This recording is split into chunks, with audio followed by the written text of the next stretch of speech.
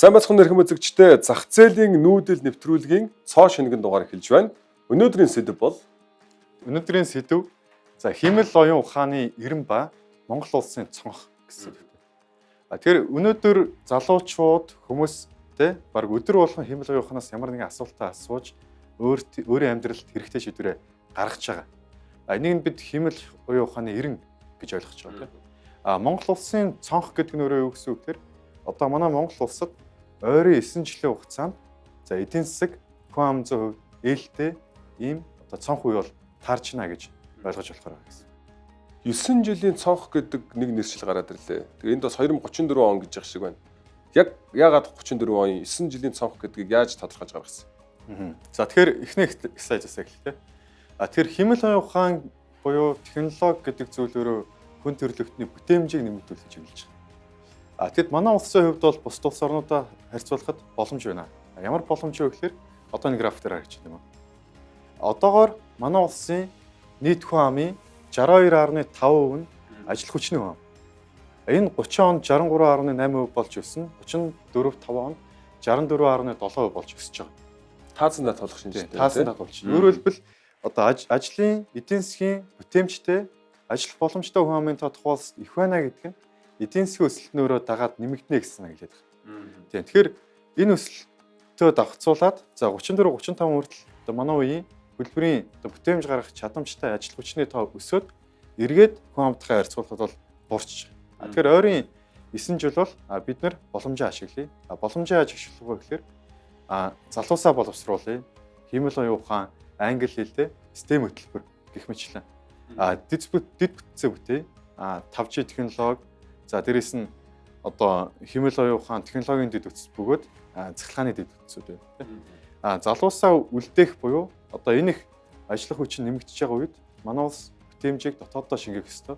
Тэгэхээр илүү одоо дотоод дээлтэй эрүүл мэнд одоо байгаа орчин боловсрол дээр нь маш зөв бодлогоодыг барих ёстой гэсэн тоолын дарагч.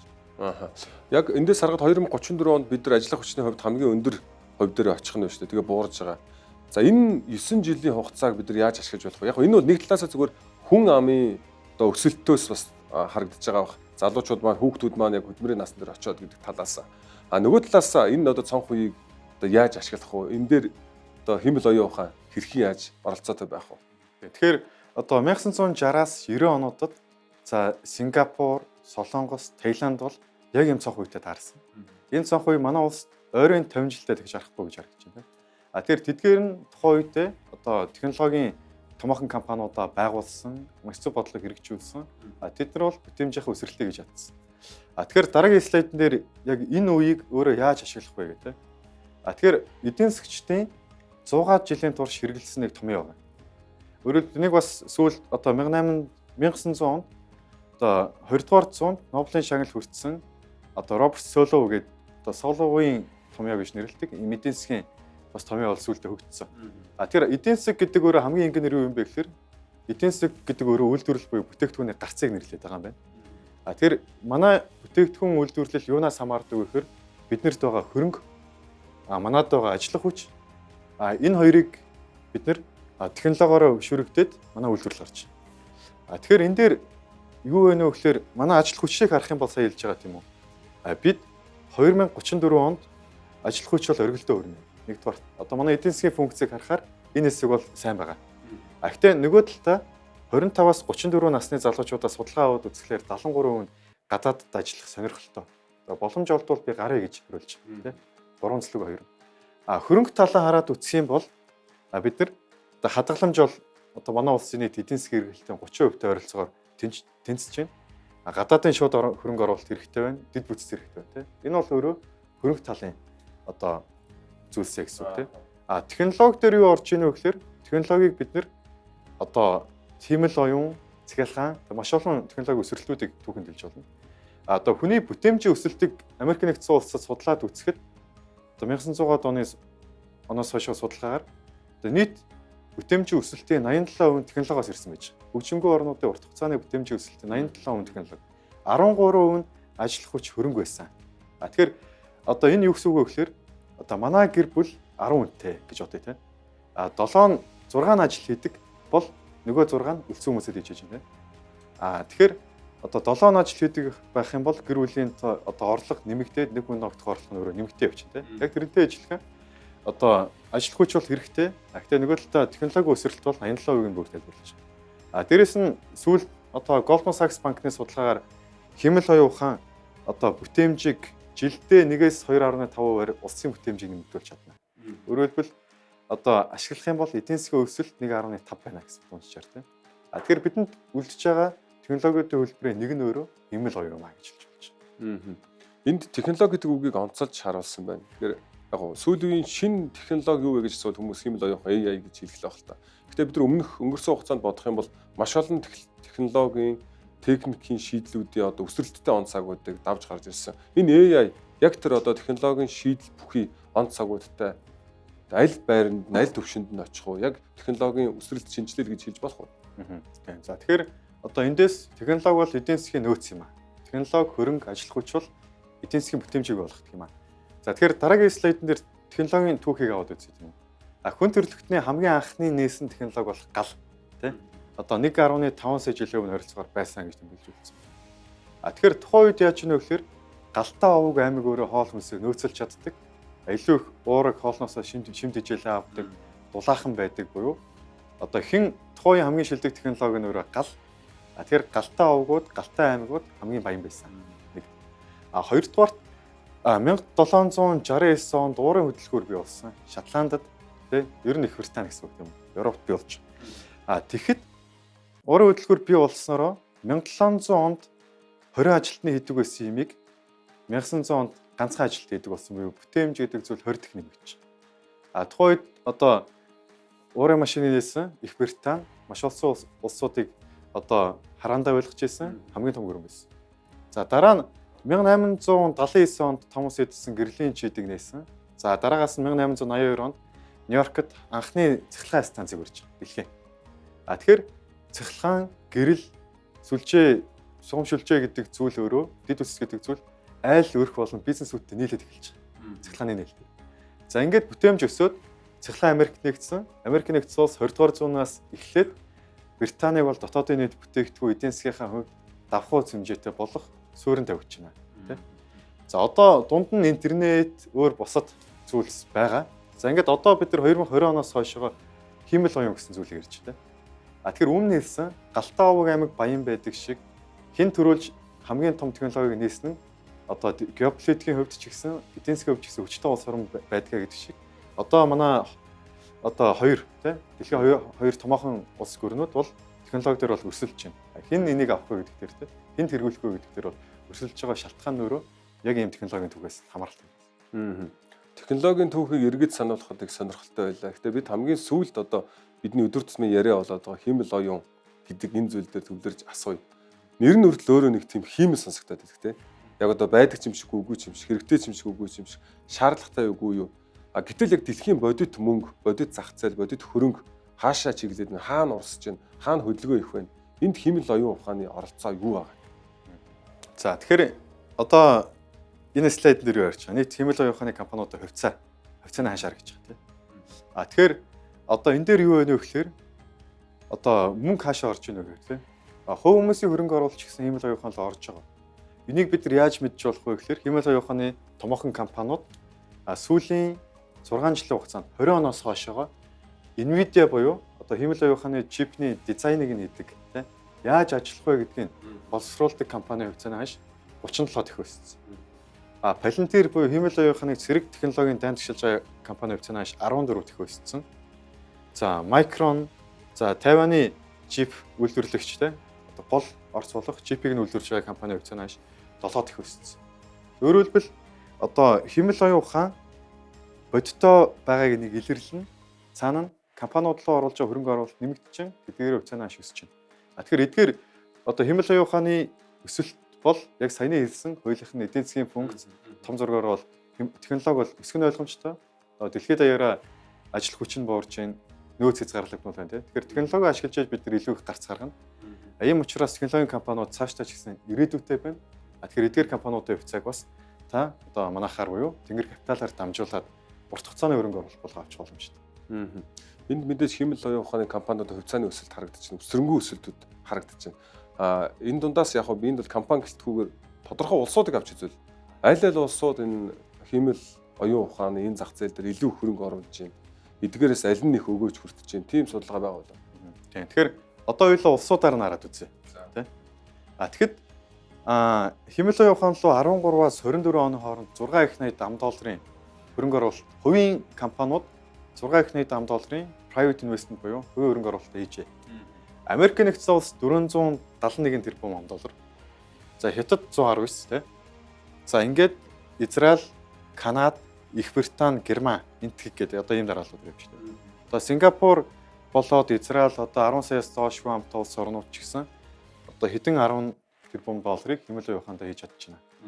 Тэгэхээр эндээс харах юм бол одоо бол хэмэл оюун ухааны одоо томоохон компаниудыг харах юм бол Америк нэгдсэн улс бол хамаагүй өсрөнгөө байгаа. Хятад бол яг одоо бас дотооддоо маш шилдэг хэмэл оюун ухааны загваруудыг хөгжүүлэн явж байгаа. Тэгэхээр хэн илүү мөнгө цацна, хэн илүү мөнгөө зарна. Мэдээж тэр нь бол одоо тэргүүлэх нь ойлгомжтой. Одоогоор бол Америк нэгдсэн улс бол одоо томоохон компаниуд үйл ажиллагаагаа явуулж байна. Тэгвэл хоёулаа энэ одоо график буюу нийт хөрөнгийн одоо тий тодорхой хувийг дийлэнх нь одоо Америк нэгдсэн улс за бас тодорхой хэсгийг Хятадыг явж байна. Эдний оруулж байгаа хөрөнгө оруулалтууд яг эзэдтэй хүрээд буцаад тэр бизнесүүд нь өсөлттэй байж чадж байгаа үгүй гэдгийг харуулж болох. Эсвэл эдгээр хөрөнгө оруулалтаас алдсан ч байж болно шүү дээ. Тэгэхээр эдний оруулж байгаа хэмэл оюун ухаанд оруулж байгаа хөрөнгө нь бодиттой байгаад оруулсан бизнес нь өсөлттэй байна уугүй юу гэдэг хавьлаа компаниудын жишээн дээрээс харж болох уу. За тэгээ. Тэгвэл хэмэл оюун ухааныг ашиглаж байгаа за Нью-Йоркийн хөрөнгийн биржид бүртгэлтэй одоо 3 компаниг эхлэв үз. Тэр хамгийн ихнийх нь Palantir. Palantir яаж ийнө гэхээр эрүүл мэнд, цэрэг дайн, батлан хамгаалах, таниулын алба гэдэг одоо маш олон дата өгөгдлийг шинжилээд оновчлол хийгээд зөв үр дүн гаргах ийм хэмэл оюун ухааны загварыг болсон болж байна. Өөрөөр хэлбэл одоо энэ дээр Орос Украины дайнд хүртэл хэрэглэгдэж байгаа. Одоо дроонууд одоо яг тий дайсны дроонууд хаана явж гин тэр байршлыг хянах. Дээрээс нь одоо өөрсдийнхөө тий одоо байгаа оновчтой онилох гэх мэтлэн. За ингээд Palantir компани бол 321 тэрбум ам доллар үнэлгээтэй. За Nvidia, Microsoft компаниуд Palantir бүтээгдэхүүнээ нийлүүлж байна. Хангаж байна. Хоёрдугаар Alphabet буюу бидний мэддэг нэг Google. Одоо Google-ийн толгой компани. За 4.8 их найдын үнэлгээтэй. За Nvidia, Google өөрийнх нь одоо Google компаниуд бол ишиг нийлүүлэлт гэж байгаа. Энэ юу исэн бэ гэхээр AlphaFold буюу одоо уургийн нийлэгчлэлтийг одоо маш сайн судлах тийм хэмэл оюун ухааны үндэстээр судлах ийм зүйлийг бол хийсэн. Тэгээд AlphaFold 24 оны Нобелийн шагналыг авч байгаа. Эрүүл мэндийн Нобелийн шагнал. За ингээд одоо эрүүл мэндийн салбарт бас ашиглаж байна. Уул уурхайн салбарт ашиглаж байна. Одоо бидний мэддэх Rio Tinto компани хөрөнгөний биржээр 180 тэрбум долларын үнэлгээтэй. За Palantir, Nvidia-гаас те одоо технологиудаа авч ашигладаг. За энэ компани яаж ийнө гэхээр Австралид байгаа одоо өөрийн Flipper гэдэг нэг уурхаан дээрээ нийт одоо трак буюу том автомашинуудын 60% LED-ний жолооч болчихсон. Ингээд одоо энгийн ажилчид ажиллаусаасаа 80% илүү бүтээмжтэй ажилтдаг болсон. Өөрөөр хэлбэл одоо манай улсад ч гэсэн уул уурхаа дээр ингээд одоо 100 тий цагийн хуваарьтай ээлжээр ажилтдаг. За ингээд байдаг бол энэ бол 24/7 хасралтгүй ажиллах боломж нь бол хүрч байна гэсэн. Хамгийн сүүлд нь хэлэхэд одоо IPO-го 26 оны 6 сарын 12-нд олон нийтэд хувьцаа гаргахаар төлөвлөж байгаа. Одоо дэлхийн хамгийн хөрөнгө чөнөөтэй хүн болох Elon Musk үүсгэн байгуулсан SpaceX тийм. За энэ сансрын хөлөгт хөөрж байна. За алсаас үдирч байна. Дээрээс нь хэмэл оюун ухаан одоо сансрын хог хаягдал одоо бусад тийм одоо сансарт байгаа зүйлстэй мөргөлдүүлэхгүй байх дээр нь одоо маш оновчтойгоор тэр сансрын хөлөг буюу одоо хэмэл дагуул хөдөлгөөнийг бол хийж байна гэсэн. Маш сонирхолтой судалгаа байна. Тодорхой бизнесүүд аль нь хөгжилтэй явж байгааг харж байна. Одоо нэг хэмэл оюун ухаан гэхээр эргээд энгийн сэдв рүү орё л да юу те. Нэг санаа зовдөг зүйл байдаг шүү дээ. Одоо хэмэл оюун ухаан хүмүүсийн ажлын байрыг булаана гэдэг. Тэгэн гут монголчууд ч гэсэн энэ дээр хайж байгаа. Тэгэхээр энэ дээр бид нар боломжийг нь бас асуудал байхад дагаад бас боломж байдаг. Энэ талаар нь яаж бас эргээр харах боломж байна. Тийм. Тэгэхээр одоо ялчгүй ажил хүчтэй хэмэл оюун ухаан холбогдож байгаа тийм. Бүтээмжийг нэмэгдүүлж байгаа. Зарим улсуудад айц төрүүлж байгаа тийм. Тэгэхээр одоо дэлхийн статистикийг хараад үзэх юм бол олон улсын валютын сангийн өнгөрсөн жилийн судалгаагаар өгч байгаа нөхөр хөгжингүй орнуудын 40% нь AI өртөмтгий байна. Нийт ажлын тийм 40% нь AI өртөмтгий. Энэ бол хөгжингүй орнууд. Хөгжиж буй орнууд дээр энэ тоо өөрөө бага байдаг. Яг тэр хөгжингүй орнууд чи илүү одоо бидний хэлэхээр цагаан захтны ажил хийдэг. Хөгжиж буй орнууд дээр илүү одоо хар ажил гэж нэрлэгддэг ийм ажлууд бол зохицсон байдаг. Тэгэхээр тэрийг хэмэл явах орлуулах биш.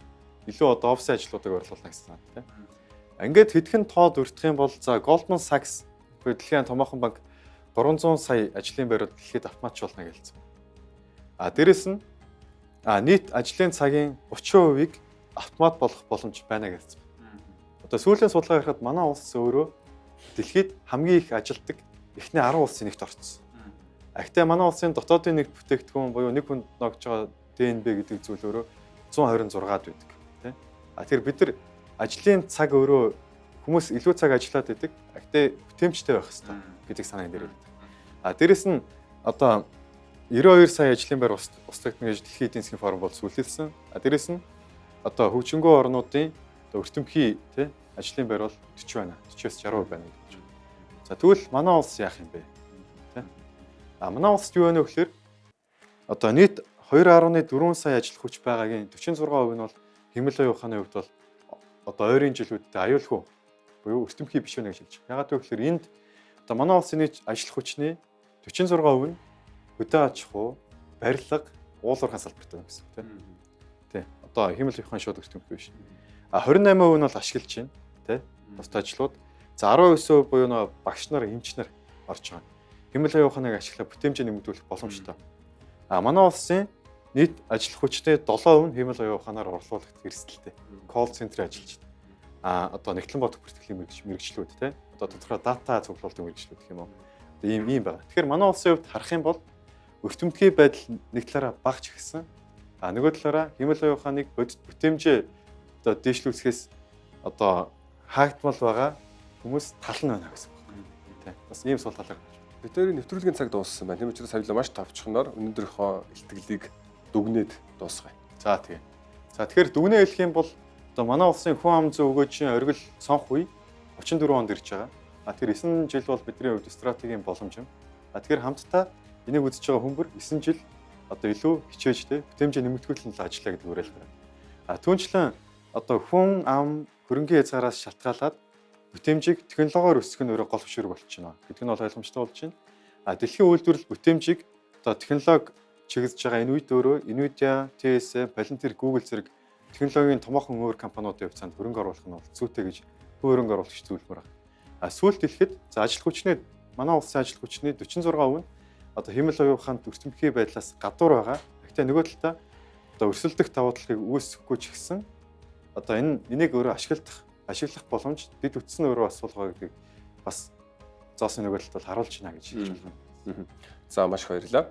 Эрхэмзэгчтэй зах зээлийн нүүдэл нэвтрүүлгийн маань ээлжид нэгэн дугаар өндөрлж байна. Бид өнөөдөр хэмэл оюун ухаан хөгжиж байгаа энэ цаг үед Монгол улсын хөдөлмөрийн одоо насны цонх үе ирсэн. Тэгэхээр энэ хоёрын огтлцол дээрээс бидэнд ямар боломжууд гарах вэ? Юу хийх ёстой вэ гэдэг талаар тодорхой ойлголт мэдээлэл өгөх өглөө. Дараагийн дугаараар уулзлаа баяр таа.